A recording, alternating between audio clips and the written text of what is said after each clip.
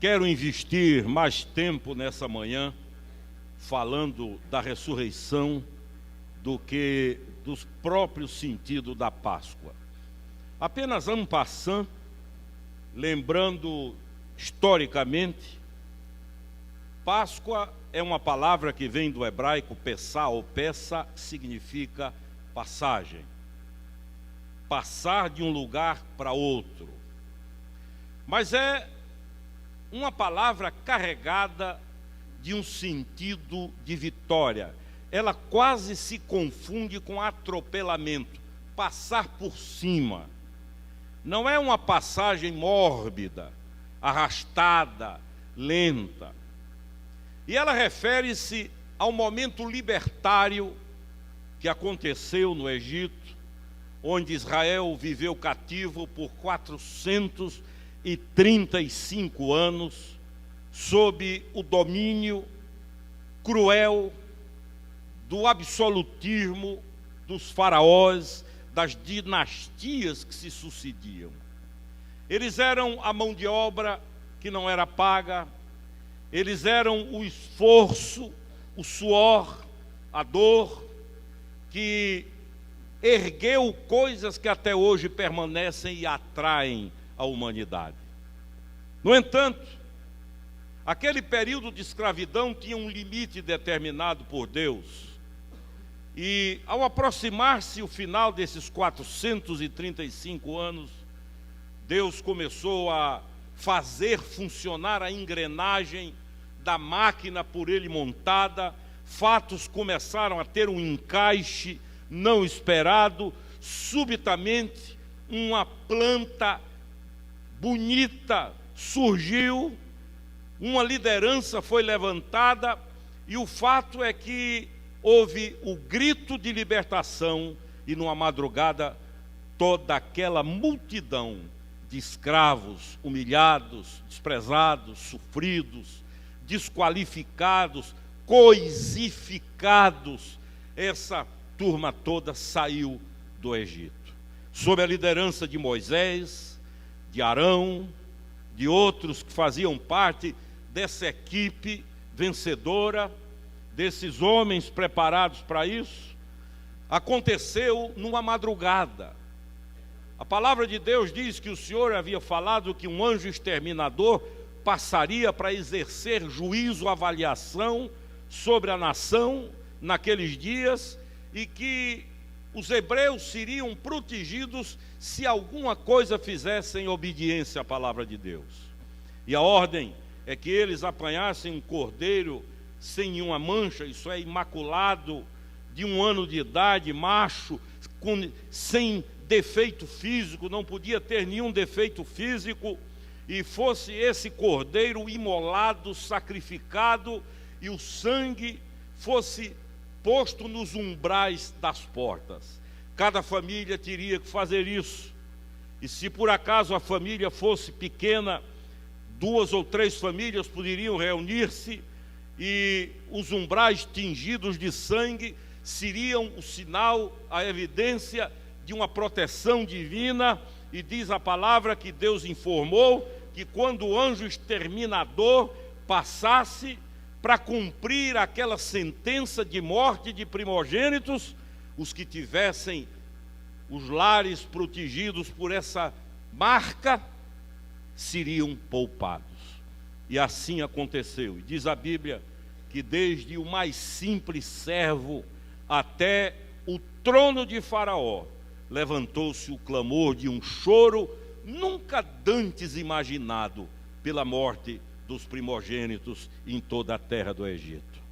Isso leva Faraó a tomar uma decisão que vinha sendo protelada, porque ele sabia que ia perder mão de obra, ele sabia que os serviços iam sofrer uma paralisação muito grande, e ele viveu esse drama de alguém que quer crer, mas ao mesmo tempo tem suas responsabilidades de administrador, e isso fez com que as decisões fossem sendo proteladas, adiadas. Mas nessa manhã, ao receber a notícia de que o próprio filho primogênito havia morrido, ele decide, ele chama Moisés, manda que eles partam o mais rápido possível.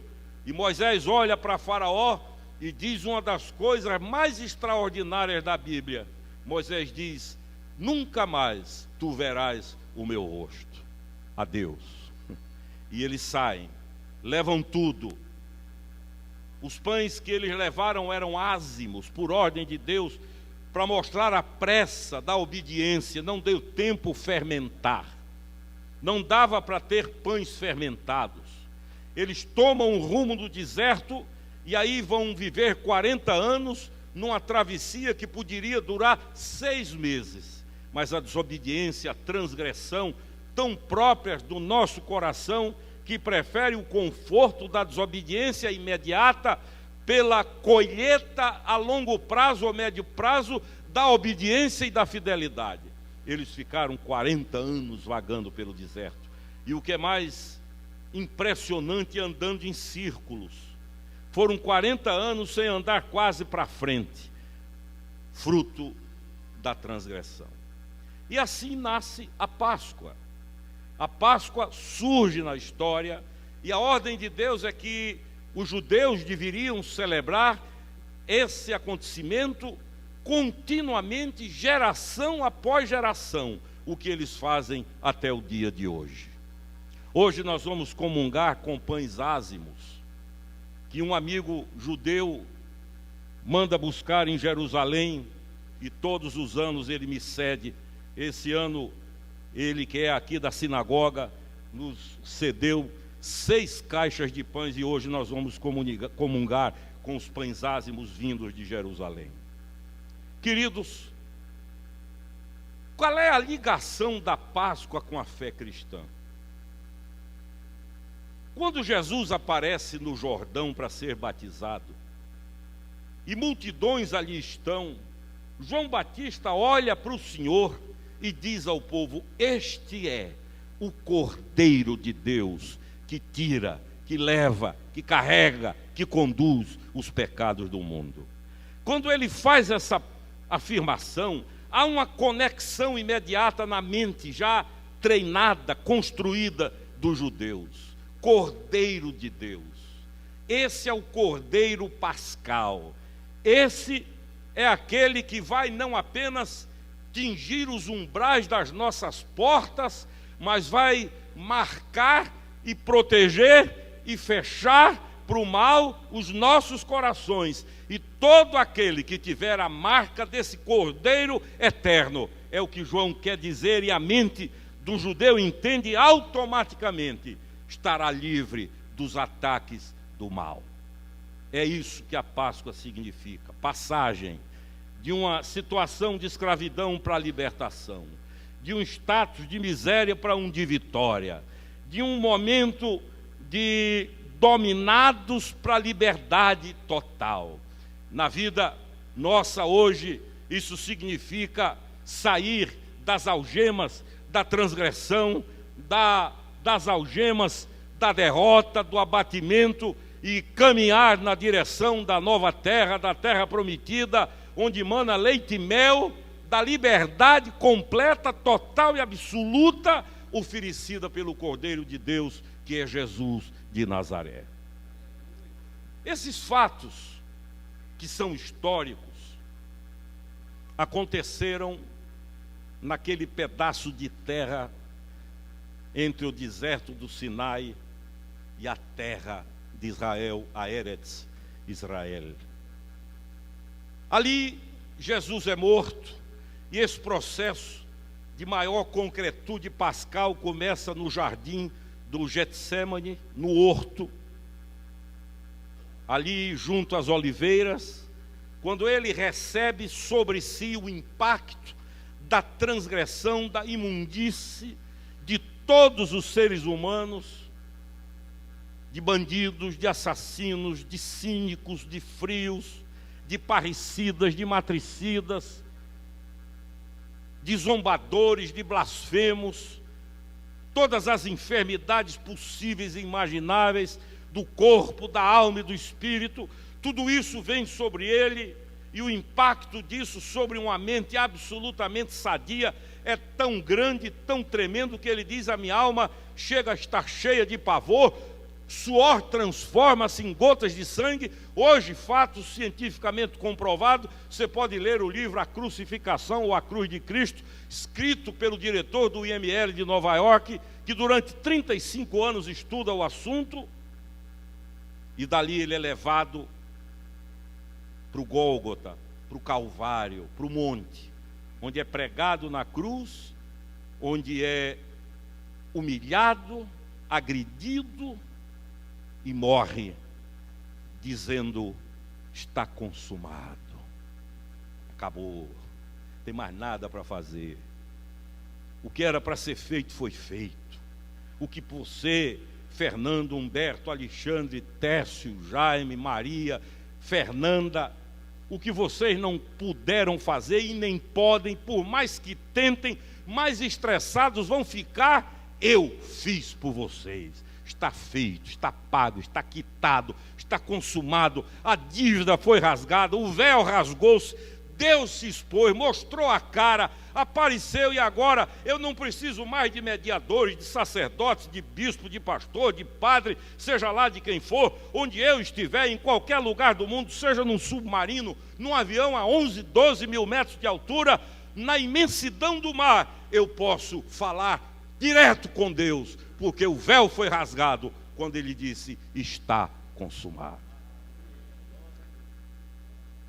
Sigmund Freud, psicanalista austríaco, afirmou que o problema básico do ser humano é a culpa. E a pior culpa é aquela que a gente aparentemente não conhece a origem. Vai produzindo dores na alma, gerando depressões, tristezas.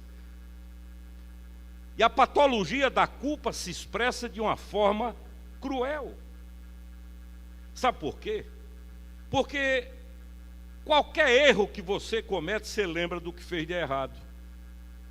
Você vai fazer um negócio, o negócio não dá certo, você diz: foi aquilo.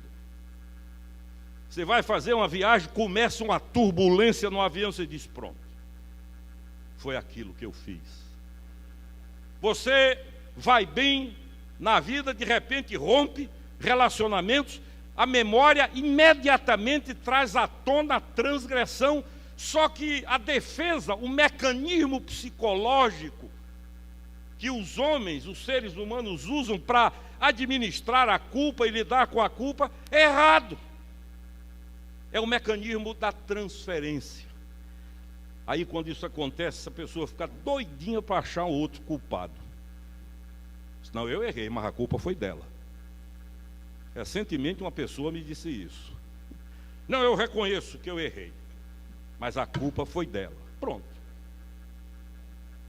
E vive-se a ilusão, a miragem, de que transferindo culpa vai ter alívio. É uma mentira. Quando Adão, primeiro homem, peca, e Deus chega junto dele e diz: menino, o que foi isso? Imediatamente ele responde dizendo: foi a mulher que o Senhor me deu. Botou a culpa nela e em Deus. Eu não pedi mulher, eu nem sabia o que era mulher. O Senhor se aproveitou de um sono profundo meu, e quando eu acordei estava aí. Agora veja no que deu, né? Aí Deus vai a Eva e diz: escute, o que foi que houve? Ela diz: foi a serpente. A serpente não tinha dedo, não pôde acusar ninguém. Mas começa aí o mecanismo de transferência que gera um aparente alívio, que é mentira e que persiste até hoje. Uma das coisas mais, entre aspas, divertidas para quem é pai e mãe, é ver a meninada em casa da adolescência ou na infância exercitando a transferência de culpa. Eles são ases. Foi ele. Criam explicações inimagináveis para transferir. O evangelista americano Dwight Lyman Moody, o maior deles, um dia visitando a prisão, a penitenciária de Chicago, e isso era hábito na vida dele, ele ia de cela em cela e de repente ele deu um grito de aleluia que espantou todo mundo na cadeia. Os carcereiros correram para lá para ver o que era e perguntaram o que foi que houve, precisa de ajuda? Ele disse, não, eu estou alegre. E um carcereiro perguntou, por que o senhor está alegre? Ele disse, porque até que enfim achei um culpado. Isso dentro da cadeia. Porque todo mundo transferia a culpa. Ele visitava um, por que é que o senhor está aqui? Eu estou aqui porque o juiz me perseguiu. Ia no outro, por que é que o senhor está preso? Eu estou errado porque fui preso porque fui caluniado. E havia o exercício desse mecanismo psicológico de transferência. Finalmente Moody entra numa cela, conversa com um assassino cruel, pergunta por que ele está ali, e ele diz, porque eu errei. Eu fiz o que não devia ter feito. E Moody, num rompante de alegria, diz aleluia. Queridos, quem conhece Jesus pode dizer isso. Porque ele tomou a nossa culpa sobre ele.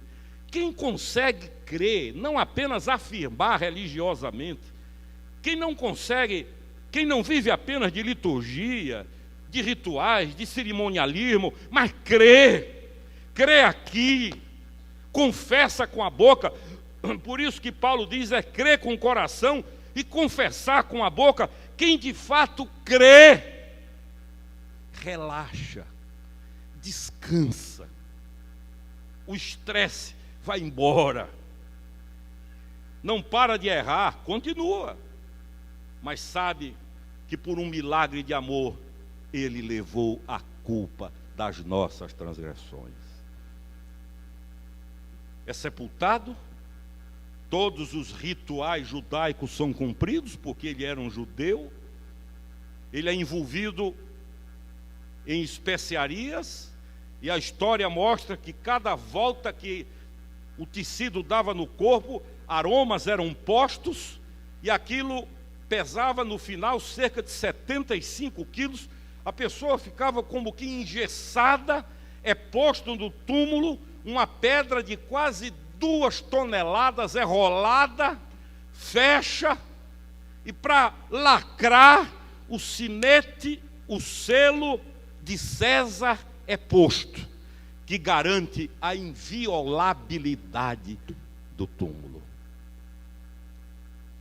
No entanto, na madrugada do 3º dia, que era um domingo, as mulheres foram lá para expressar o carinho, levando especiarias, flores, e encontraram o túmulo aberto. E aí que surgem as teorias anunciadas por quem não crê. E eu quero ler algumas delas nesse extraordinário livro de Josh McDowell, que foi um grande professor universitário. Foi, não é. Esse livro já vendeu mais de 15 milhões de cópias no mundo. E ele relaciona algumas teorias. A primeira, ele diz que são pregadas por aí a teoria do túmulo errado. Que teoria é essa? É a teoria que diz que as mulheres foram ao túmulo errado. Não foram ao túmulo de Cristo. Foram a outro túmulo onde não havia ninguém. E Josh McDowell diz, caso se tratasse de um túmulo errado, as autoridades judaicas não perderiam tempo para apresentar o corpo certo. Porque tudo que as autoridades queriam naquele dia era o corpo de Cristo morto. Para dizer, está aqui. Era o fim. Era o lacre final. No entanto, essa teoria do túmulo errado sucumbe aí. Depois vem a teoria da alucinação, que tenta explicar que as aparições de Jesus após a ressurreição seriam ilusões ou alucinações. O Dr. Gary Collins, que é um dos maiores psicólogos americanos, ele diz, não se pode acreditar que 500 pessoas tivessem a mesma alucinação ao mesmo tempo por 40 dias. Além disso, diz ele, a teoria da alucinação não condiz com a situação histórica, nem com o estado mental dos discípulos.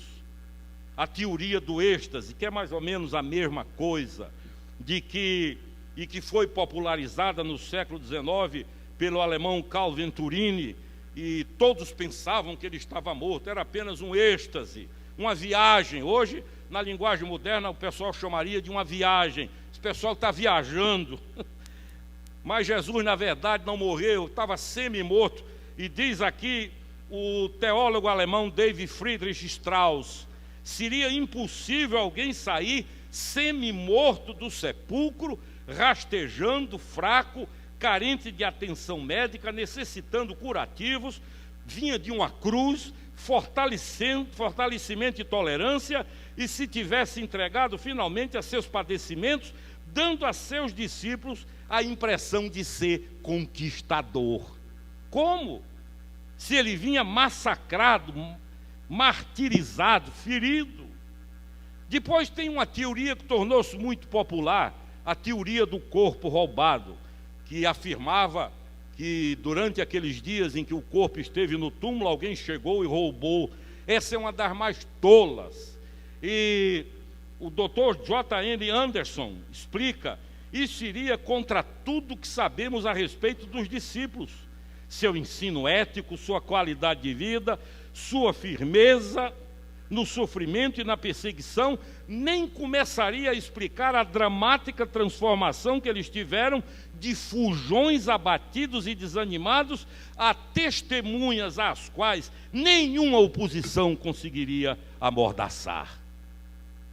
A teoria do corpo removido diz que as autoridades romanas e judaicas removeram o corpo de Cristo do túmulo. Essa explicação não é mais razoável do que a teoria do corpo roubado. E, diz o Dr. John Warwick Montgomery, ultrapassa todos os limites de credibilidade que os primeiros cristãos tivessem inventado tal história e passado a pregá-la entre aqueles que poderiam facilmente furtá-la, refutá-la, simplesmente apresentando o corpo de Jesus. E aí vem a teoria do corpo relocado, a teoria do imitador, isso é, os que afirmavam no século XIX, XVIII e XX, de que nada no cristianismo é original, de que tudo é uma imitação e que Jesus era apenas mais um, como Osíris, Mitras, Adonis ou Dionísio, que eram as divindades gregas reinantes naqueles dias. E o Dr. Paul Rhodes-Ed, ele diz: a diferença entre o cristianismo e as religiões de mistério são muito mais profundas do que quaisquer semelhanças que possam existir, embora certamente haja termos paralelos usados no cristianismo primitivo, há pouca evidência de conceitos paralelos. Não existe, ao que eu saiba, diz o Dr. Mettinger, da Universidade Lund, nenhuma evidência primária de que a morte e ressurreição de Jesus tenham sido um construto mitológico. Agora, queridos, há opiniões extraordinárias como essa aqui.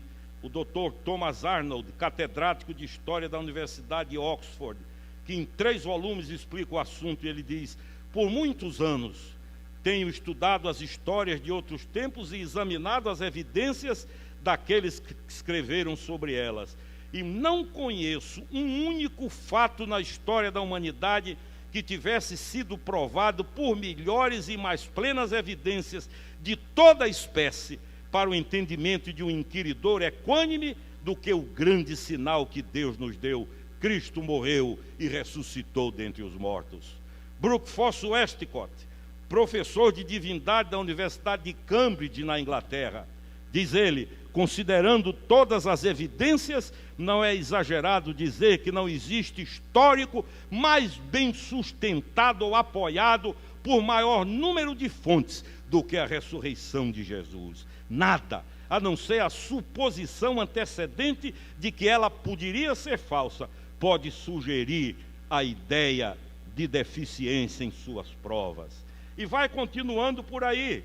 O Dr. Simon Greenleaf, uma das mais brilhantes mentes jurídicas dos Estados Unidos, famoso professor da Royal University de Harvard, sucedeu o famosíssimo juiz Joseph Story como professor de direito da mesma universidade. Ele afirma o seguinte: persistir em afirmar as verdades narradas caso Jesus não tivesse realmente ressurgido da morte, se eles não soubessem disso como fato tão certo quanto qualquer outro que conhecesse, seria uma tolice. E por aí vai. Há outras opiniões de Sir Lionel Luckhoo, advogado dos mais bem-sucedidos, que ganhou 245 júris seguidos na área criminal. Ele analisou de forma brilhante os fatos e disse: digo, sem nenhum equívoco, que a evidência para a ressurreição de Jesus é de tal forma irresistível que nos compele a aceitar a prova que não deixa o mínimo lugar para dúvidas. Graças a Deus por tudo isso. E há outras opiniões, por exemplo, o Dr. Anthony Flew, que também era juiz. A evidência histórica é forte o bastante para conduzir mentes razoáveis à conclusão de que, na verdade, Cristo Jesus ressuscitou da morte. E ele diz que não há uma só evidência contrária a isso. O Senhor está vivo. Agora em maio, eu estarei mais uma vez na minha vida celebrando a ceia do Senhor no túmulo vazio. Das divindades que o mundo apregou, é a única cujo túmulo está vazio. Se você chegar a Meca, você vai encontrar uma pedra chamada, se a memória não me falha, Caba pelos muçulmanos, e ali milhões se reúnem, mas ali está escrito o epitáfio: aqui jaz Maomé.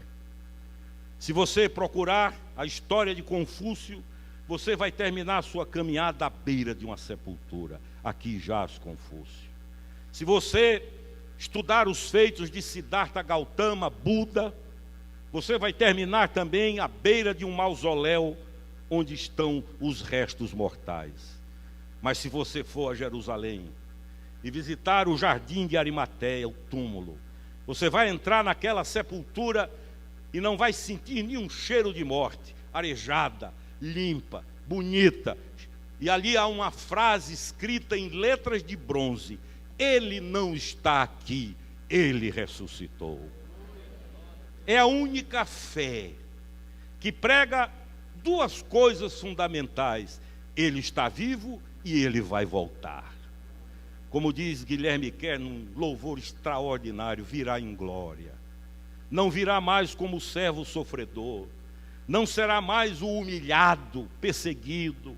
A Bíblia diz que todas as nações da terra se prostrarão diante dele, subirão a Jerusalém, levarão ali os seus dotes. E ele ressuscitou por duas razões fundamentais. Primeiro, para a nossa justificação. Eu e você jamais seríamos justos diante de Deus, porque não conseguimos, não temos talhe para isso, não temos material para isso, não temos fibra para isso. Mas ele sacrificou-se por nós. Deus aceita o sacrifício e a justiça dele se derrama sobre a nossa vida.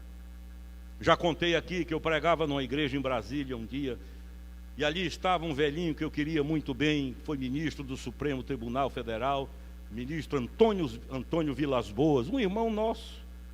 E quando eu acabei de pregar, ele me procurou depois do culto e disse: olha, eu gostei muito, já velhinho, cabelo branco.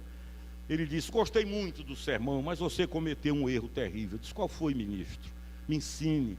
E ele disse: você disse que Jesus nos substituiu, e em direito isso não existe, isso é uma aberração jurídica, ninguém substitui um criminoso. Eu disse: o senhor tem toda a razão, mas a graça de Deus foi capaz de fazer isso. Eu devia estar ali. Eu conheci um italiano nos Estados Unidos, quando lá morei, que escreveu um hino lindo, cujo título era uma pergunta: por que eu? E ele dizia: tanta gente boa para o senhor achar, tanta gente com qualidades, tanta gente com história bonita, por que eu? Sujeito mais desmantelado da minha área, viciado, dependente, perigoso. Por que eu? Porque a justiça não era de Richard Griswold, esse era o nome dele, mas era a justiça de Cristo, que foi aceita por Deus. Ele morreu para que você e eu fôssemos declarados justos diante de Deus. Ele ressuscitou também, diz o apóstolo Paulo, para ser Senhor de vivos e de mortos. Está lá em Romanos, porque exatamente para esse fim, diz a Bíblia, Jesus Cristo ressuscitou para ser Senhor de vivos e de mortos. Não é um cristinho amarelo, fraco, pálido, carregado, dominado, que a gente olha e tem vontade de dizer coitadinho, ou como diz o matutinho nordestino, tadinho. Não, é o Senhor vitorioso, tudo está sob o domínio dele. É por isso que cantamos há pouco, glória para sempre ao Cordeiro de Deus. Não é um Cristo falido, é o Senhor dos senhores, e essa ressurreição que hoje celebramos, tem lições preciosas e práticas para a nossa vida aqui, em nome de Jesus. Eu quero resumir o que eu estou dizendo, porque não dá para falar tudo, no seguinte: Páscoa é passagem. O que isso tem a ver com você? É passagem, é mudança, é renascimento, é recomeço, é nova chance. É sair de um estado para o outro. É sair da derrota para a vitória.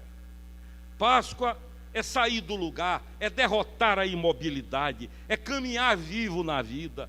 Não é ficar como espectador da desgraça, ficar num camarote da vida, vendo a desgraça acontecer. Antes é reagir, mover-se. Páscoa é encarar a vida em nome de Jesus. É olhar o bicho no olho, é olhar o problema cara a cara, como Davi fez com Golias, e dizer: tu vens para cima de mim com paus e pedras, eu porém parto para ti em nome do Senhor dos Exércitos. Páscoa é transformar a morte em vida. Eu disse numa mensagem ontem: a morte morreu. É decretar a morte da morte, é banir os sinais da morte. Caio Fábio disse que o apóstolo Paulo dançou cirandinha em cima da sepultura, quando ele diz: onde está, ó morte, a tua vitória? Onde está, ó morte, o teu aguilhão? Aparece, mostra a cara. A última palavra não é da morte. Páscoa é ser de novo, é aniquilar o foi e dizer: eu sou, em nome de Jesus. Páscoa é a ressurreição de um sorriso perdido. Eu conheço gente que há anos não consegue sorrir, mas chora demais. A ressurreição do sorriso pode acontecer hoje, em nome de Jesus. É a ressurreição da alegria de viver. É não viver como quem vai para o enterro, reclamando, queixando-se, murmurando, com cantochões de abatimento, mas é caminhar celebrando a vida. É a ressurreição do amor, daquilo que já não parece mais poder ser realidade. É a ressurreição de uma amizade que se perdeu no caminho. É a ressurreição da vontade de ser feliz, porque tem gente que a vontade de ser feliz morreu. Você pergunta: como vai? Vou levando. Está tudo bem? Mais ou menos. Essas são as pessoas que vivem realmente em tons de cinza. A ressurreição nos ensina que a gente pode ter vontade de ser feliz de novo. É a ressurreição dos sonhos, dos projetos, dos ideais, daquilo que um dia engravidou a mente, gestou a mente, daquilo que um dia foi razão de vida, motivação para viver, e que de repente parece que morreu. Isso pode ressurgir hoje em nome de Jesus. E a ressurreição das boas lembranças da vida é lavar a memória para lembrar o que é bom e não o que é ruim. Ele ressuscitou para nos ensinar a matar os nossos piores desejos e fazer viver as nossas maiores virtudes. O livro de Apocalipse conta o seguinte fato: Jesus morre, é sepultado.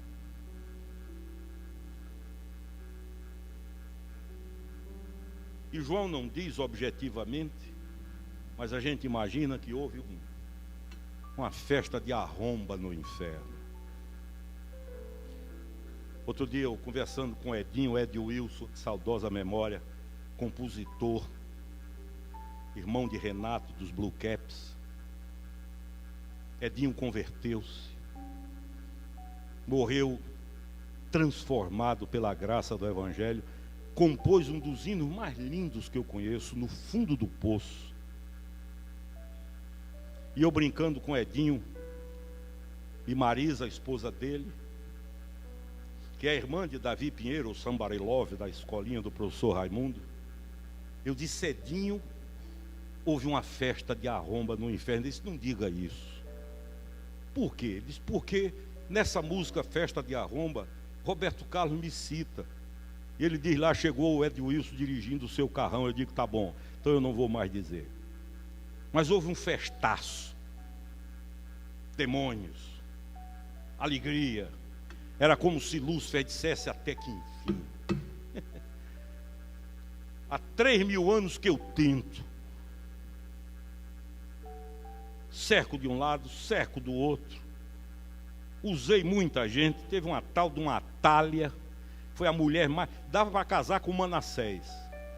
Lembram de Manassés, que eu preguei, o homem mais ruim da história? Atália devia ser a esposa dele. Finalmente, teria dito Lúcifer, o homem morreu. Acabou. Agora é conosco. Só que a Bíblia diz que o Senhor vai lá. E um grande pregador imaginou a cena, celebração maligna. De repente Jesus entra. Segundo a descrição de Apocalipse, com vestes brancas, cingido à altura do peito com a faixa. Caminha, à medida que ele vai atravessando aquele ambiente macabro, o silêncio vai se instalando, a surpresa, ninguém consegue mais falar, e ele silenciosamente vai à mesa principal, posta-se atrás de Lúcifer, bate no ombro. Lúcifer vira-se, toma um susto, e diz Apocalipse que o Senhor diz: dá-me as chaves. Dá-me as chaves. E duas chaves que Satanás jamais queria entregar, entregou: as chaves da morte e do inferno. E eu costumo dizer, é tão fraco que nem a chave de casa tem. Engana mentindo. Agora sabe mentir, é artista. É por isso que o símbolo do diabo é uma serpente, que é o símbolo do engano. Pessoas influenciadas por ele enganam com arte. O Senhor Jesus disse: ele é homicida e mentiroso. Ele mente desde o princípio e nele não há verdade. E o Senhor pega as chaves da morte e do inferno e proclama vitoriosamente a soberania de Deus sobre todo o universo. Um dia nós veremos tudo isso. Essa semana eu estava em casa deitado, lembrando de meu pai. Na década de 30, 40, papai ia para o púlpito e dizia: um dia Israel voltará a ser uma nação. Os judeus estavam espalhados por 107 nações do mundo, a diáspora, há quase 2.000 anos. E o meu velho abria a boca e estrondava: vocês vão ver. Eles ainda, e papai dizia: onde vocês veem desertos, haverá jardins. Não havia uma evidência, uma. A única garantia que ele tinha e sobre a qual construiu essa afirmação foi o caráter da palavra de Deus. Quando no dia 14 de maio de 1948, Ben-Gurion, pequenininho, mas gigante, bradou para o mundo que uma nova estrela havia nascido, a estrela de Davi.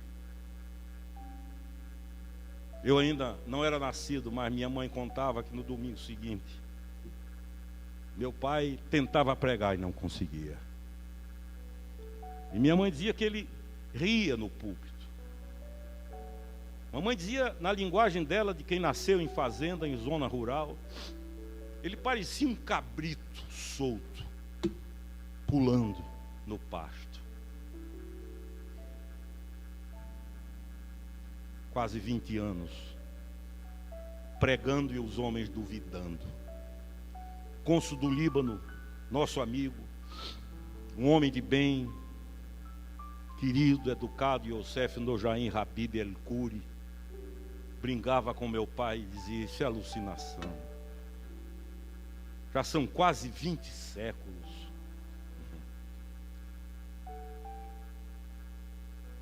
É por isso que eu digo, firmado nessa palavra, com a mesma convicção que meu pai dizia, o Senhor vai voltar. Eu diria, numa linguagem antropomórfica, já está com o pé na nuvem. Queridos, é tempo de ressurreição. Onde é que a morte instalou-se na sua vida? Onde é que há sinais de morte no seu coração, na sua casa, nos seus negócios? Ele disse, eu sou a ressurreição e a vida. Aquele que crê em mim, ainda que estiver morto, viverá. Não olhe agora para a morte, olhe para a vida. O que é que precisa ressuscitar no seu coração? O que é que precisa ressuscitar na sua vida? Como nós cantamos, Ele vive. Gioia Júnior, maior poeta evangélico que esse país teve, escreveu, se há razão que motive a paz, eis sua lei, o meu Senhor sempre vive, então eu também viverei. Vamos ficar em pé. E nessa manhã que nos voltamos para a ressurreição, eu sei que há muitas ressurreições para acontecer aí. E o bom é que quando morre, você não dá mais jeito. Morreu, morreu, acabou. Enquanto tem vida, a gente quer dar jeito, mas quando morre, não adianta. É aí que Deus entra. E no Evangelho de João, capítulo 12, quando Jesus entra em Jerusalém, quem entra do lado dele? Do lado, é o cartão de visitas. Lázaro, o ex-defunto. Mas também Jesus botou para quebrar, convenhamos. A oposição toda ali, a costura para que ele fosse recebido com indiferença, e ele me acha de entrar em Jerusalém com um que foi sepultado 24 horas antes, 4 dias antes, melhor dizendo, e que ressuscitara 24 horas antes. Aí não tem mais argumento. É quando o povo começa a jogar ramos, folhas no chão e a gritar hosanas, bendito aquele que vem em nome do Senhor. Eu não posso fazer nada por você. É possível que você mesmo não possa fazer nada pelo que morreu. Mas quem crê, ainda que esteja morto, viverá. Enquanto cantamos, eu quero convidar aqui à frente aqueles que de alguma forma, em alguma área, precisam do milagre da ressurreição, da bênção da ressurreição, crendo que isso não é uma história bonita, uma historinha para enganar, não é fruto da mente imaginativa dos orientais, não é fábula, não é coisa de Ali Babá, de 1001 Noites, mas é verdade. Aqueles que hoje honestamente dizem: morreu, não há nada que eu possa fazer, mas eu creio no poder da ressurreição. A morte morreu. Vive com a morte quem quer. A vida venceu. Enquanto cantamos, os que precisam desse milagre, venham para cá em nome de Jesus. Nós vamos orar.